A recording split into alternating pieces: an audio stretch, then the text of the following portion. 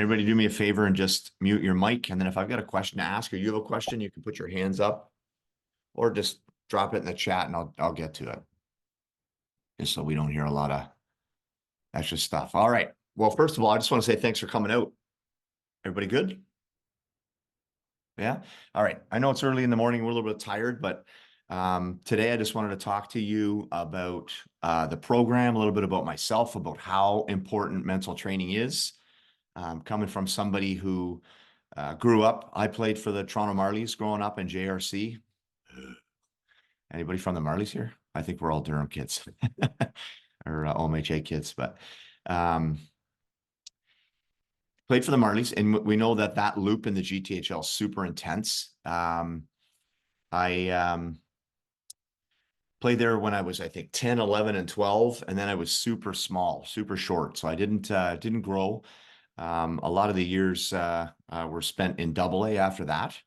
So I played for Goulding Park Rangers for a couple years, and then when I was a little bit older, I started to sprout in terms of my body composition, getting a little taller, a little thicker, a little heavier, a little meaner. And I was able to come back to AAA at 16 and 17. And I played with Sean Avery. Does anybody know Sean Avery? Or is he too old? You've seen him before, that mouthy guy who's always making fun of everybody. Yeah, he was the same way when he was 15. He was a meatball back then. I remember him getting into a ton of fights with his teammates, which was not cool. But yeah, it was an interesting thing playing with him. From there, I played junior hockey. So Tier 2 junior with Wexford Raiders. It's a team that's no longer in existence. But from that team, I was fortunate enough to get a Division I scholarship to Canisius College. So I went to Canisius in Buffalo in 1998. Old, back in the day. And it was the very first year that they went Division I. So I was this kind of small, quieter player that was never drafted, that just continued to work and grind and get better and better. And it really worked out for my career. I went from, junior hockey and winning a championship to getting a Division I scholarship. And I don't know if you know what that means, but D1 in the States, you've got to know, they like Michigan State's and the University of Michigan and those big schools, Boston College, right? They give away scholarships. So you get to go to school for free and play hockey if you're good enough.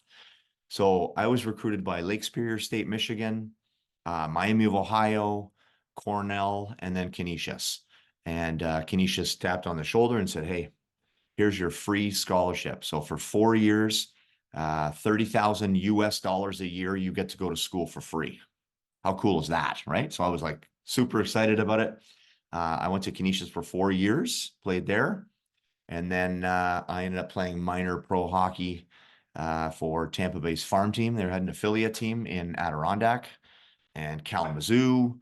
And I bounced around a little bit. My career was up and down, right? So there were moments where I felt really good. And there were moments where I didn't feel good at all. Have you ever experienced that before? Thumbs up? Yeah, right? You feel like you're lighting it up and you're killing it. And then the next minute you're like, oh, why do I feel like junk right now? I haven't scored in 3 games. And what happens to your mind? It starts to spiral downward, right? So that happened to me. And at that time, I had Barry Melrose as my coach. And Barry used to coach in the NHL. He's a very famous analyst now. He's actually sick, but he's hopefully he gets better soon. But he was my coach. I was really, really intimidated. I was really scared because there was an NHL guy behind me, right? And back then, nobody really cared how you felt, right? Right now, we're able to talk to our parents. Who else can we talk to? Unmute and throw a hand up. Someone who's got an answer for me. Yeah, Cam. Thanks, buddy. Like your coaches? 100%, man. You can talk to your coaches. Most times these coaches these days are super nice. I know Gina and Quinty. I know, Ash and Cal and on all the coaches across the board. Schlitt, Mike Drew, all those good coaches are there. There's someone there to talk to. And it's really tough. How old are you kids? 10, 11, 12, 13, 14? It's very difficult to be confident enough to say to a coach, hey, I'm not feeling good, right? Or I'm not happy with my performance. So we have to start doing that. How many of you are doing that now? Right? So, not a lot. Do we feel comfortable going to our coaches to speak? Some? Yeah, and some are shaking, some are yes, some are no. That's one thing I'm trying to preach with my team now is that, hey, kids, you're turning 13 years old. We need to have some dialogue. There needs to be some sort of discussion happening. And the fact that you kids are here today is the first step of awesomeness, right? It shows that you're dedicated to improving mentally. There aren't many hockey players that are doing what you're doing today. So kudos to you. It's a really, really big feather in your cap. It's a huge bonus. You're going to have a leg up on all these hockey players that are just kind of fighting through murky water. They're not in touch with how they feel. They don't have strategies or tips to get over things. And that's what I want to deal with today. Zach, I can barely deal with him. He's floating on he's floating on an inner tube in the water. That's awesome. Okay. So anyway, after I went and played pro hockey, I came back. I coached in the GTHL for, geez, eight to 10 years. And that was up and down. I coached the Northbrook Rangers right to their draft year. And again, saw firsthand just how much kids were struggling with their confidence. There were kids crying on the bench, 15-year-olds crying on the bench because they're worried about, who's in the stands and who's scouting them and how they're playing and what's their performance like and all these things that really stress them out. So when I finished all of that, I moved out here to Oshawa and I started to really think about the needs of you kids, right? And in seeing what I've experienced all the time, that inspired me to create this thing. So that's why I made all of those videos, all those podcasts, and want to do these group chats with you so that you can get a better understanding of how you feel. Are we good so far? That makes sense? Okay. So I've got a whole presentation to go into. I want to show you some slides and go over some stuff with you. I won't keep you too long. I know if a guy talks forever, you're gonna be out cold, but I'll try to make this as upbeat as possible so you guys can get some value from it. I might give you a little bit of homework, but what I want to stress is two things. One, now that you're a member and you're a part of our community, take a risk. Okay. I know Cam Stevens, a perfect example, right? So same thing with Landon DuPont. They're children that are very confident. They're kids that are very vocal and they take risks. I've asked them during spring hockey to be leaders and lift their hands and share, and they do. But everybody should be working towards feeling safe where we are here. Okay. And I want you to know that now that you're members and you're part of our community, that you have me at your fingertips. Okay. If you're not scoring, if your coach ripped your face off because you threw a pizza up the middle, you don't have line mates chemistry, you just feel like you're in a funk, let me know. Okay. I'll say that again. Reach out. You have me at your fingertips. Good deal? Good deal? Yeah. Okay. And even if it's this small, right? Let me know. If you don't feel comfortable with what's going on in your hockey career, even off the ice, and you need something answered, and it's maybe difficult to talk to mom or dad about, we'll get permission from them, and you can chit chat with me with what you're going through. And this is also a safe space too. No silly questions, no stupid questions. If you have something and you want to comment, just raise your hand and you can always pop in and share. Sound good? All right. So on a scale of 0 to 100%, how much of the game is in your head? I ask this everywhere I go. If you know the answer, because you've heard my presentation before, you might just want to stay quiet on this one. Yell out, raise your hand, yell out. What do you got? 95%. Good, Maddie. What else? Anybody? 75. Nice. 99. 99, high one. That's one of the higher ones I've ever gotten. I get 50 and 40. What else? 80. 80. Yeah. Well, the old adage, the old saying is that 90% of the game is in your head, right? Now, second question I got for you, by a show of hands, raise your hand if you spent some time this summer doing some dry land training. Put your hand up. All right. Keep your hand up here. Now, all the hands that are up, let me know if you are, dedicated to trying to eat well, sleep well, and hydrate well so that you can perform well. Good. Now, of the hands that are up, how many of you before this today had mental training programs? No matter where I go, kids, everywhere I go, I'm looking at the crowd. I'm like, does this make sense to you? And then we all stare at each other really awkwardly, like, right? Does this make sense? What percent is in the game again? What percent? 90. Exactly. 90% of the game is in our head. And yet all we do is spend our time, money, effort on hydration, on ice training, off ice training, and nutrition and sleep. Nothing to do with the brain. 90% of your problems in your career will end up in here. I'll tell you over and over again, whether it's a slump, injury, chemistry, your coach is a jerk, whatever it is, and they're going to be out there. Trust me. The goal for this is to give you some strategies so that when you face that adversity, you've got something up your sleeve to rock with. Okay. We good? Okay. So now, oh, someone just tried to jump in here. Let's see who else we got popping in.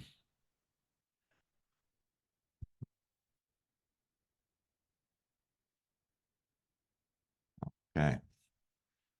All right. So what I'm going to do is I'm going to share my screen. I want you to let me know when you see my presentation here.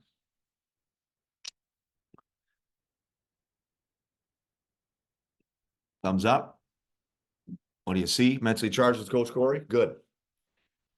Now, a few years ago, I was fortunate enough to get flown to Calgary. They sent me out there to speak at a Gatorade Hockey Summit, which was like crazy, crazy nerve-wracking.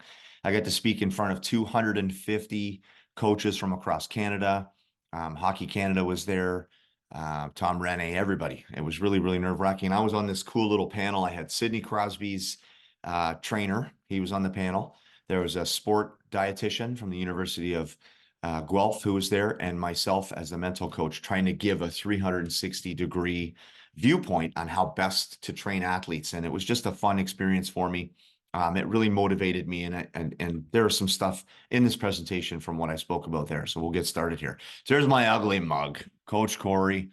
I don't know where that avatar came from, but I am a certified mental skills coach, so you know, and a former pro hockey player, like I mentioned. We did that for 4 years, Gatorade Hockey Summit speaker. And I also work with Anthony Stewart. Does anybody know Anthony Stewart on the Hockey Night in Canada panel with Ron McLean? That dude? Yeah. So I am his mental skills coach for his whole organization for hockey equality. So we try to promote inclusion, equity, and all those good things to incorporate and to build and to promote that inclusion piece in the game of hockey, which is awesome. I also run Fully Charged, as a lot of you know, with spring and summer camps. I'm a school teacher. I've done that for 20 years, AAA coach, and a hockey dad. Charlie Lucas is my son there. All right. So we went through this. We just asked you what percent of the game is in your head, and you told me 90%. I told you a little bit about Mentally Charged. So we're this online program where you've got resources. Okay, kids. So if you're in trouble and you're struggling, on the way to the rink, get it on your phone. Okay, you can go through Safari and add it to home screen and use it like a little web app. Put your earbuds in and listen to something, whether it's building your confidence or focus, and I'm going to try to upload some stuff monthly for you too, or listen to a podcast. We got a really cool one on there with Kelly Rudy and Haley Wickenheiser. I think the more you jump on in those situations, or if you're taping your stick and you're in the zone and you want to listen to, a visualization thing that I've done too, I think it's really important for you to utilize it as best you can. Is that something you guys can commit to? Good. All right. So what's the problem? We don't know how to train the mind, right? A lot of athletes aren't equipped to deal with the stress of the game. So what I'm going to do is just kind of stop sharing for a second. And I want you to tell me, raise your hand, unmute some of the things that stress you out. What stresses you out? Lucas Brown, what stress? No, I won't point you out like that. I'm just kidding, man. Anybody want to share anything on the ice? What stress? Yes. Thanks, Cam. Yeah, buddy. Like when you make a bad play and then your coach kind of like starts like telling you like it's bad, and then after you get like sort of benched Yeah. a little bit. You might get a punitive thing, right? When I was younger, or when I was coaching the younger kids, I wasn't really benching players, right? That wasn't really a strategy to motivate. But now, as you're getting a little bit older, you're transitioning from that hand holding to that gradual release of responsibility. So through a coach's lens, it's like, okay, if we keep teaching you the same things and you don't listen, not for you specifically, Cam, but just for any player, if you're not listening, eventually you might miss some shifts. Yeah. So making a mistake. What kind of mistakes? What kind of mistakes do we make? Defensemen make certain mistakes. Forwards make certain mistakes. Goalies make mistakes. What kind do you make?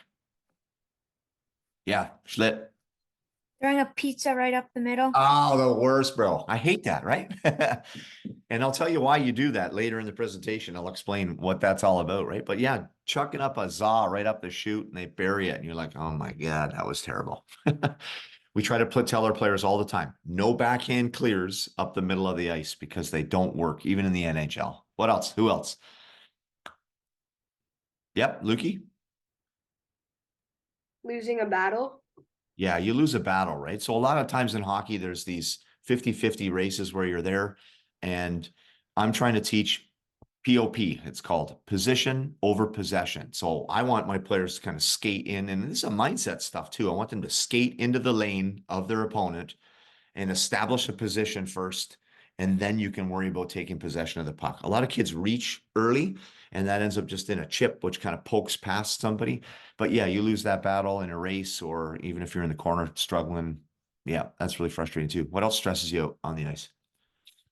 I know for like in my experience with Best of Best as a coach, I was coaching Oz, and a lot of the players on this video chat, and the caliber of play was so high that sometimes we weren't quite used to the speed, the strength. So it's a lot to adjust to, right? So when things go wrong, it's tough to battle with, right? Especially my kid Charlie too. He went through that stuff. He's an okay player, and he went at that level, and it was difficult for sure. But is there anything else? Goalies or D?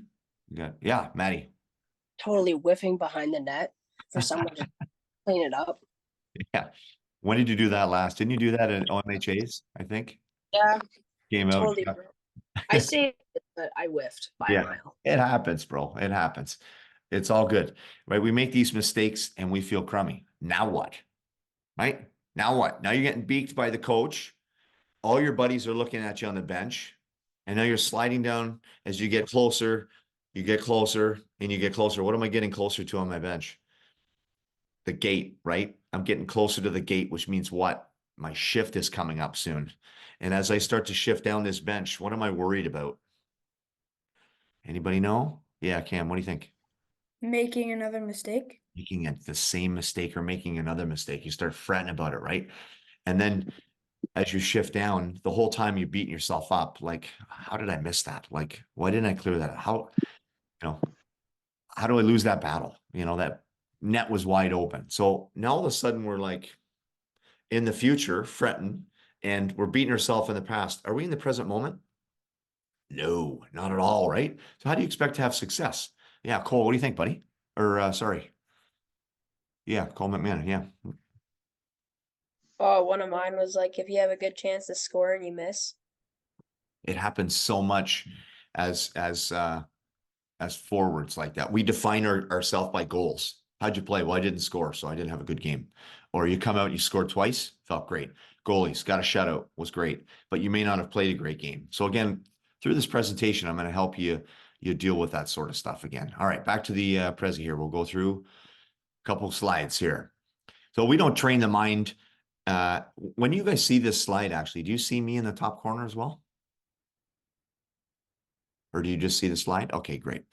So we don't train athletes we don't train the mind is the problem, right? Today's athletes aren't equipped to really handle pressure and stress. So we've identified a lot of things that bother us, but we don't know how to bounce back from them. So you need tools. So we polled rather about, looks like close to 500 athletes. And these are the results, right? 242 of them, almost half, more than half, 51%, but it's confidence, man. I'm just not playing with his confidence. Johnny's just not confident. We're not confident. We got to figure out how to get confident, right? How to overcome a slump is another one. That's directly related to being confident. Bouncing back from an injury, dealing with nerves, increasing your focus. Are those common things that you see? I think so. You're not alone.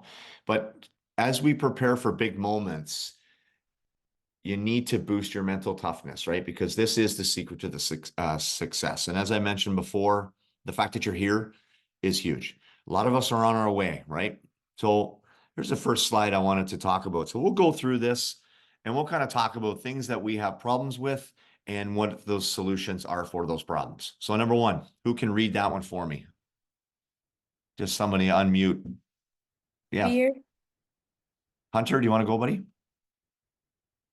Thanks, bro. I can't fully see it, but it says our brain thinks something like probably we're being threatened. Yeah, that's it. Our brain thinks it's being threatened. So let me walk this through you. When cave people walked out of the cave a long time ago, what do you think they were worried about?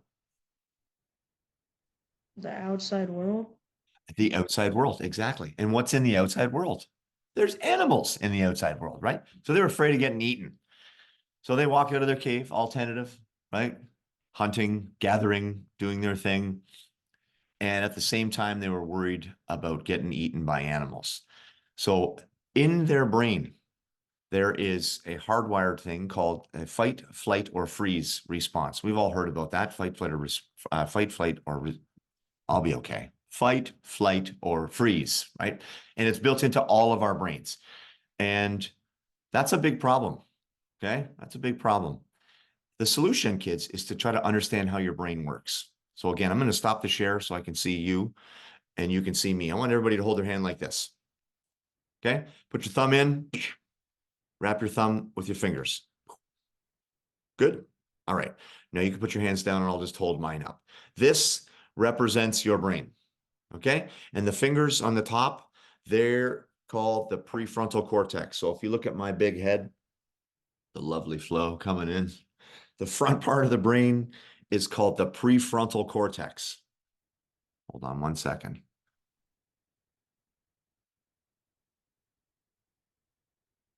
It's got a rider that just popped up on my screen here.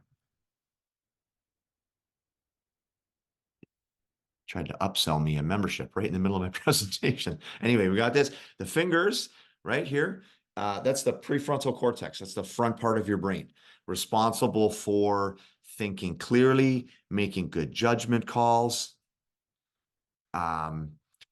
critical thinking skills, and consciousness, being aware of yourself. Now, if you remove the prefrontal cortex, you're left with this little itty bitty thumb. Now in the brain, deeply embedded in the brain, there's two almond shaped things. That's what the thumb is in this little representation called the amygdala. Some of you may have learned this at school. The amygdala I call is the bodyguard of the brain. So when you perceive things, when you view things as stressful, we mentioned this. Now, anybody worried about getting eaten by a saber-toothed tiger when you leave your house this morning? No, right? But when we perceive things as stressful, this fight or flight thing kicks in, okay? This amygdala kind of wreaks havoc on your brain. When we view things as stressful, like on the ice, we got a big tournament, or there's a scout in the stands, or a playoff game, all these things are very important. You go into it and you're stressed. You felt that before? Butterflies in your stomach, palms are sweaty. Yeah. Yeah. The thinking part of the brain goes bye-bye. All that's left here is this bodyguard of the brain, the amygdala, which doesn't know anything. It's inside your brain. It just gets signals in your brain saying, I'm stressed. I'm stressed. And it takes over and it kicks into this fight, flight, or freeze thing, right? It cuts off the oxygen to the thinking part of your brain and you are foggy. You're foggy. So as a defenseman, Schlate, you talked about serving up a pizza, right? If your prefrontal cortex isn't in charge and your bodyguard of the brain is in charge, you might not be making the best decisions you want to make. So kids, how do we calm down this bodyguard of the brain? How do we calm down the amygdala? If it cuts off oxygen to the thinking part of the brain, Lando, what do you think we can do? Just take a breath. Bingo. Okay, so that's the first part of your reset routine that we'll teach in another session, but you want to take a breath. Now, science says the quickest way to calm down your stress is to inhale twice and then to exhale long. Okay, so you see this in babies when they cry. They're trying to calm themselves down, or you'll see this in a dog. How many people have dogs? Anybody dog? Yeah. When they're about to take a big juicy nap, they're and they lay down and they go to sleep, right? So we can do that as well. Deliberate, which means on purpose, in through your nose. Watch me. And then when you're at the top, I want you to squeak another one in. And then, okay, you might look like an idiot. It might be awkward and weird. I want you all to try it right now. Okay. 2 in through your nose. Ready? Squeak more in. Breathe out. That's the quickest way physiologically to calm down your stress levels. Who's in charge of those? You are. Okay. So if you're freaking out because you missed the net or you threw a pizza up or you let a goal in, take a bloody breath. How else can we calm down the amygdala? This is the thinking part of the brain, the prefrontal cortex, right? Davy boy, right? The prefrontal cortex. How do we get this back up in charge? If it's responsible for talking and consciousness and thinking, what can we do? Luke. Lukey. Like talk. Yeah, exactly. Right. So as soon as you talk, you activate the thinking part of the brain, you activate that prefrontal cortex, and this sucker slowly starts to calm down. Right. And then you're back to feeling normal, back to feeling yourself. You with me with that explanation? The point in all of this sort of stuff is to help your shoulders just relax a little bit so that you can play at your best, right? When you're out in the ice and you're stressed and this amygdala is in charge, you're not necessarily going to be in the best frame of mind. So we want to calm down this amygdala because you're not getting eaten by lions. You're playing hockey, for crying out loud. It's fun, right? We want to calm that down so that you can get in the zone a little, be a little more prepared and play the way you know you can. Everybody good with that? What's this part? That's your spinal cord. We'll get into something with that a little bit later. All right. So once we understand how the brain works and we go into these stressful environments, into these stressful games, we can say something to ourselves. We can say, thanks, brain. I know I'm not getting eaten by a lion today, right? Or any other animal. I'm just going to play hockey. I know it means a lot to me, but thanks, but no thanks. Okay. You don't need to kick off, fight, flight, or freeze. I'm not in a street fight. I don't need to be a 10 out of 10 stressed looking for animals to kill me. I'm just going to play hockey. Take a breath and calm down that amygdala. Talking also helps. And the last strategy is getting sleep. Any of you have felt like crap going to bed one night and then you wake up the next day and you feel totally new and fresh? Totally. You know, I've done it 100 times, almost every day. By the end of the night, I'm gassed and I'm a little bit anxious and tired. I'm like, I just need a reboot so I can sleep. If you go through something traumatic and you get fired up, that amygdala does kick in. You get upset. Maybe you get into a scrap or an altercation or disagreement with somebody, or you get a bad score on a test grade or whatever it is. It could be up to 7 hours that those negative chemicals in your brain are floating around. So a good sleep will help you out there. Okay, we good so far? Make sense? All right. Let's get back to our share here. Okay, so now that we know what our brain is doing, let's talk about some other things that we see. We get nervous. Anybody get nervous? Oh my gosh, all the time, right? It's because we're viewing it. Hello. What's up? Oh, good. My daughter says hello. All right, so what we got to understand, again, when it comes to perception and what we're going through, hockey is not do or die. I mean, it's not do or die. And if you play like it's do or die, you're going to squeeze the stick. You're going to get super tight. You're not going to take the risk that you normally, or chances that you normally take. Viewing it as excitement is what we need to sort of shift to. A lot of us view it as nervous. Oh, I'm nervous. Anybody present in front of a class before where you're giving an oral presentation? What happens, man? The palms start to sweat. The butterflies start to make your belly flip-flop. The pores on your skin actually open. Your eyes dilate. Your heart rate increases and you feel like boom, boom, boom. What is that that's kicking in? It's that amygdala. And when you perceive it as nervous, it just takes over and you're completely foggy. We calm it down by taking a breath. We calm it down by saying, thanks, no thanks. This is just hockey. I've been doing since I was 3 years old. I've got skills. I play AAA or AA. I'm a legit player. This is exciting. It's Saturday. I'm going to the rink. What else would I want to do? Okay, can we commit to kind of changing our mindset from being nervous to being excited? Can we do that? Okay, good. All right, so the next problem I see a lot with these kids is we expect results immediately, right? Well, I work out, well, I drink, I hydrate, I sleep well, I train well, and now I'm doing mental training. I should get results right away, right? No. I mean, and even on my team, there are players that I'm working with who are super skilled, super talented. And right now we're working on focusing on the process and understanding that it takes a long time. You're not just going to flick a switch. And scoring goals or whatever it is for any of you is not the solution, right? It's all about the process. So we got to manage our expectations. We can't expect things to happen right away and then be crushed when they don't, because that's not realistic. Okay? So manage your expectations. Get it in your head that it's about the process, which is all the little things, and that it's going to take time, kids. We're good? All right, moving on. Who are these two ding dongs? Anybody know? Ah, yeah, two phenomenal hockey players, right? Matthews and Marner. Sometimes when we get on teams and when we're younger, we tend to be a little selfish, especially earlier in the year when we come together. Cole, do you have a question or did you just know the answer to that? You good? All right, it's all good. We tend to be selfish. So you may hear this a lot, but it's cliche, maybe even a little cheesy, but it says you got to play for the crest on the front, not the name on the back. And again, this is a mindset shift. When you're going into games, I'm going to commit to the system.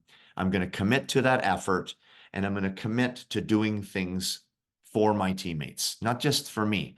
When I get a puck, I don't have to skate it through the whole neutral zone, toe dragging people or enter into their zone in the danger zone 1-on-2 and try to toe drag someone. That's being selfish. Okay. That doesn't work. You've got to wait for friends. You've got to maybe drive with wide speed, have someone go on net front. Where's your F3? Is he coming down the dot line? Is he an option? Second wave of offense. For those that are not here, we can go for part 2 of this sesh here. All right. We good? Thumbs up. All right. So we'll get back to,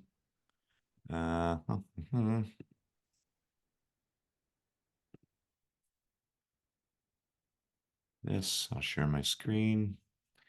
Bada boom.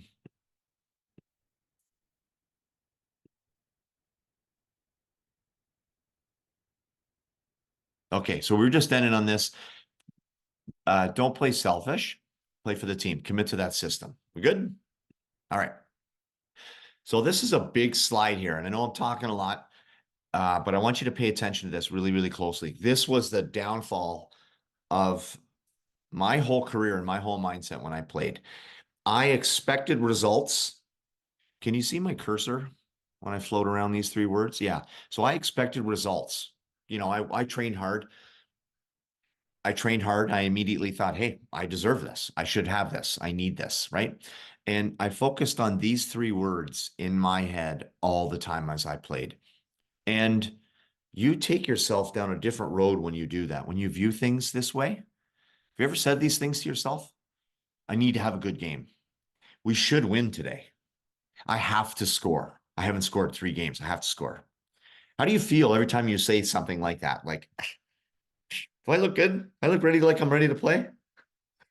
Right? No, I look terrified. My mental state is burdened, right? I got all this baggage and all these expectations on my back. I'm super pressured. And what's my actions? What, in the end, how do I play? I underperform, because how can I perform well, right? I should, need, have. I've got all these things, these expectations in my mind. It's too much, right? And the next slide kind of shows that as well. Like you end up feeling foggy and you play poorly. Okay? If we can focus on setting intentions, like I believe I can win today, I will work hard, and I can, or we can, beat this team. And this is taken from a good friend of mine, Dr. Cassidy Preston, this philosophy. And as soon as I saw his breakdown of it, I was like, this is just genius, right? So instead of saying should, need, and have, we need to watch the words that we're saying. I can, I will, I believe. Can we commit to that? Good. Because when you do that, you end up being more inspired and being more confident and understanding that you have capabilities. You're more in the zone. And when you feel that way, you perform well. Okay, so your view matters, the things you say to yourself matters, how you feel matters, and it all relates to your actions. Watch the words that you say. What are the two words at the bottom? Under expectation and under intention. What are those two words? What do we got? Who wants to say? Someone unmute. Schlitt, what do we got, buddy? What are the two words? We got grasping and what else? Can you see? Striving. Striving. Yeah. Those words are really, really big words that I talk to my athletes all the time. And I talk to kids your age, by the way. I'm talking to OHL kids and a couple of draft picks into the NHL, and they're dealing with the exact same thing you are. When we focus just on expectations and should, need, have, and we get all tight, it's like grasping, like you're trying to reach for something that's just not there. You're, I can't quite get there, right? You're grasping. That's what expectations are when you put them on yourself. When you strive, you've got a plan. When you strive, you've got a plan. You're organized. You feel more confident. You've prepared. Those are the things that are much better feelings.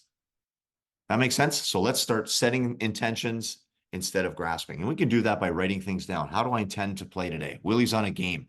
What position are you, Will? He plays D. Okay. So what can we do? How can we intend to play as a defenseman, Tim? It shouldn't be, we need to win today. I have to win. I should actually score because we're playing who knows what team. Maybe they're below you. I can play well. I can control my effort. I can make good decisions. And then you can list those decisions, right?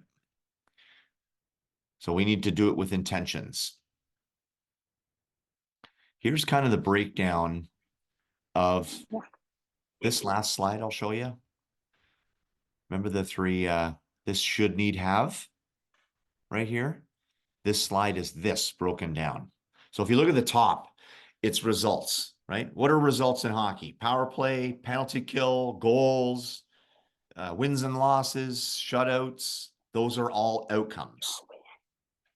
If we focus on them, think about points, get distracted by wins, worry about your playing time. What happens if it doesn't work out for you? You end up judging yourself. You beat yourself up. You're up, then you're down. You're overcritical. Want, I don't want. Like, I don't like. Need, I don't need. You start to judge yourself. And then the next morning you wake up and you create new fantasies and these new things that you think you're going to be able to do. Tomorrow I'll work harder. I'll be perfect. I'll score more, right? It's do or die. And then you get focused back on the results again. This is called the results trap. Cannot get caught in this trap. I got caught in this. Every time I left my house playing hockey, my mother would say, have a good game, score me a goal. You know, and her intentions were nice, but I felt as though scoring meant a good game. And as a young kid, if I'm 8, 9, 10, 11, and 12, 13 years old, that put a lot of pressure on me. She didn't know it at the time, but that puts a lot of pressure on kids. So let's not focus on outcomes and results. Yes, they're nice. They're good to have, but it can be overwhelming if you think that way. And then we end up judging and we just get caught in this. We can't do that. So those are 3 things that don't work. Here are 3 things that do work, right? If you focus on the process, little things. Again, if you're a forward, if you're doing a 2-1-2, skate right at guys, early stick, good angles, sticks in lanes, moving your feet, 5-foot forechecks where you're taking off with your first 5 strides and you're finishing well with your last 5 strides. Defensemen, focusing on the process too. Good D-to-D plays, right?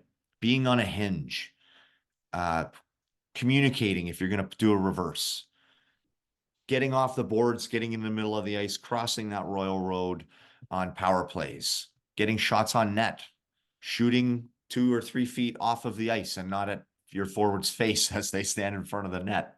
Okay. All those little things. And goalies, right? How are your angles? How's your rebound control? Are you communicating with your defenseman? All those little things that we talk about. That helps you be centered. You're not up and down so much. Okay. you get it, you understand. And as a result, you end up gaining some perspective and you're more grateful. This is a warmer process for you kids. All right. I'm going to stop sharing there for a sec. Does anybody have any questions so far? What do you think about those slides? Where are you? Are you in the red zone or are you in the green zone? Are you guys saying should, need, and have? Are you saying should, need, and have a lot? Do you notice that you're focusing on outcomes and goals and playing time and shutouts? And are you feeling that way? You're not? Well, that's good. Are there some players that are frustrated when they don't score? Like Cole Mar, if you didn't score for 5 games, would you be upset? You might be a little frustrated, right? That's totally normal, right? What if you got lit up twice, Carter or Maddie? I know the 2 goalies there. How would you feel? You get super frustrated, right?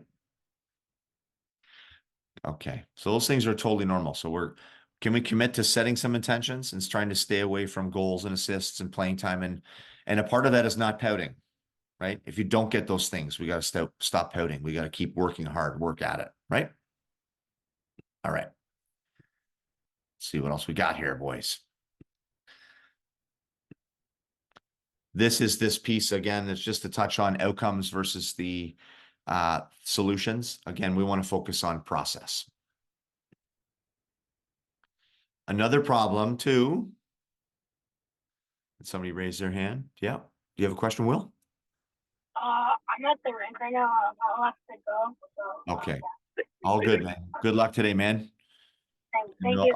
I'm recording right now, so I'll send the rest to your parents. Okay, buddy? Thanks. Bye. Don't beat yourself up. Keep going, man. All right.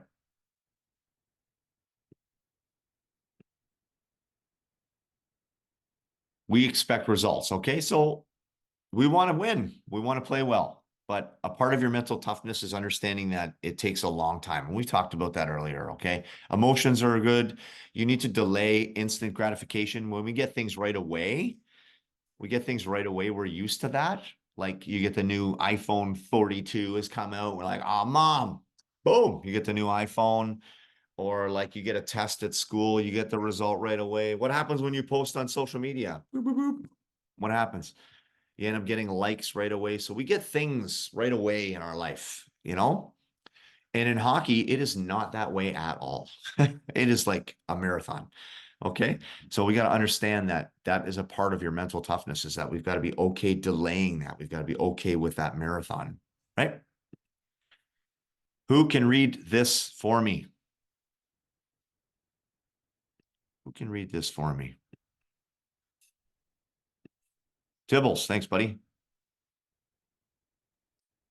I've missed more than 9,000 shots in my career. I've lost almost 300 games. 26 times I've been trusted to make the game-winning shot and missed. I failed over and over again in my life, and that is why I succeeded. That's right. Michael Jordan, MJ. How much failure is in that paragraph? Oh my God, it's all over it, right? So yes, it's not a hockey example, but it is huge in terms of your mental toughness. I might end on this little story, but back in 2013, I was sitting in my classroom because I'm a school teacher, and I heard this high-pitched ringing in my ear. It was like a hum. I don't know if you've ever been to a loud restaurant and you put your head on a pillow at the night and you can hear a humming or a ringing in your ear. I don't know. Maybe you're young. Maybe you got great hearing. Anyway, in 2013, I was sitting there in class and I was like, what the heck is that sound? Certainly high. And I started to worry about it because it was loud, right? So I went to my doctor and I'm like, hey, I've got this ringing in my ear and I can't seem to get rid of it. It's kind of bothering me. And she's like, have you ever had a hearing test before? And I said, no. So anyway, long story short, she sent me to the doctor. And then I went to this hearing test. And I don't know if you've ever had one before, but they put these headset on you and then you're in a booth. It's like a soundproof booth. And they'll push sounds high and low on either ear, right? So I really struggled with that test. I was like, whatever, yeah, I'm hitting buttons like a video game. I was totally failing this thing. And as it turned out, I am technically deaf in both ears. So I qualify for 2 hearing aids in both of my ears. So I have what's called tinnitus as well, which is that inner ringing in the ear. And that paired with hearing loss made me kind of fret a little bit. And I'd never been an anxious person before. I was never really worrisome guy. I was always upbeat and happy. And I found myself not feeling good for a long time. So that also helped me with Mentally Charged because I wanted to research why I was feeling the way I did. I researched all about anxiety and what that is. And then I came across this old weird dude on YouTube. And this guy is strange. He's strange to me. He's super duper smart. But this one thing that he talked about, acceptance, it really hit home with me. So I wanted to put his mug on this slide. And he says, unless we accept things as they are, we will try to force things as they are not. Okay. And that means like you're trying to jam a square peg in a round hole and it doesn't work. Right. And a big part of hockey and your mental toughness and understanding your passion and what you're going through is the word acceptance. I talk to all the goalies. I've got a professional goalie that I work with. There's a U16 goalie that I work with. And we talk a lot about acceptance. What are you willing to accept on the ice as a player? Because we can't have you falling apart on the ice. We can't have you wasting time out there and you be frustrated or upset with yourself for 2 periods because that's a waste of time and effort. So what are you willing to accept? You know, when Charlie, we went through COVID, you know, we were all stuck at home forever. Charlie met this guy on Instagram. I forget his name now. Brendan Calfo, I think. He was out of Kitchener area, I want to say. GSS was his Instagram handle. And he used to do challenges all the time, which was fun, right? So Charlie goes down to the basement. He's like, I'm going to do a GSS challenge. I'm like, all right, man, have fun. And I hear him, he's doing the stick handling thing. And then I hear smash. And I'm like, what the heck? And then he goes again, smash. Gotta give me a break. And he screams. And I'm like, what is going on? So I go down there. And as I'm going down the stairs, I hear him and he starts to cry. And granted, he's 9 years old, whatever. I pop my head around the corner and I'm like, what is going on, man? He's like, I'm trying to do this GSS challenge. And I'm supposed to go through this obstacle course and try to do it perfectly. And how many times can I do it within a minute without being perfect? And I keep hitting the stupid thing. And he's all upset. And I'm like, whoa, we got to have a talk. And that ties right back into this acceptance thing that we're talking about right now. Charlie went down the stairs to try this competition without accepting the fact that he might make a mistake. He went down there and tried to be perfect. That clearly doesn't work. Goalies, am I wrong? No. Forwards, am I wrong? No. Defensemen, not wrong. You kids have to be willing to accept something, and that's going to be up to you. What are you willing to accept? Lucas Brown, we played you last night. What are you willing to accept when you're on the ice? You know, like, might someone beat me on a one-on-one? Maybe. I don't know. Not likely because you're a big fella. You'll stuff him, right? With the big stick. But if you go into it and you accept that that might happen, your shoulders will lower. Okay. The stress levels will decrease a little bit. Okay. Landon DuPont, if you're going and playing at the next level in 2 years, because you're one of the best, you know, everybody sees your talent around the league. We know that you're an unbelievable hockey player. What are you willing to accept mentally? Right? When you go into those big games and those big tilts, there might be players that are just as big and skilled as you, and it might be a dogfight, right? And if he accepts that, he is much more prepared for that moment when you're 17, 18, wherever you land. Okay? That makes sense to you kids? Goalies too. You've got to accept that you might let a goal in. You can't let a goal in and then completely fall apart. And we need to strive. We can't grasp. We need to strive towards that. Right? Anybody have any questions about that? Acceptance and what you're willing to accept when you're on the ice? No? I'm going to move my little bar here. Okay. So I'm gonna stop there, and I'm gonna give you a little bit of homework, and I'll hang around and chit chat with you if you want. I can ask you questions about my playing career, pro career, any advice, anything you're going through. I'll stick on for a little while. No, all good. But your homework, and we don't want to look at it as homework. This is cool stuff because we like being here, right? What I want you to work on before the next chat is what you're willing to accept on the ice based on the position you are, based on the player you are. Okay. What are you okay with? You know, you're going to war. You got to understand that things are going to happen. What are those things going to happen? And what are you going to say to yourself? Like, what is it that you're willing to be okay with when you enter? Goalies, is it okay to let in a goal? Yeah. So I'm going to accept the fact that I might get scored on. I might accept the fact that I might give a juicy big rebound. And I'm giving away goalie answers right now. Right? I'm going to accept the fact that maybe someone's release is faster than my glove moved. I'm going to accept the fact that maybe my defense, they lose sight of the player back door, right? And I might have to make a save, or maybe there might be breakaways, whatever it is, right? So write down all those things that you're going to accept. What are some examples for forwards? What can we start to brainstorm for forwards? What can you accept? Anybody? Losing the walls. Yep. Losing the wall battle. Yeah. You might be, someone might be bigger, stronger, faster than you. Right? Now what? Now what are we going to do? Right? So come to the next chat with things that you're willing to accept. Not like it's okay to make mistakes, but so that you don't fall apart, right? You don't fall apart.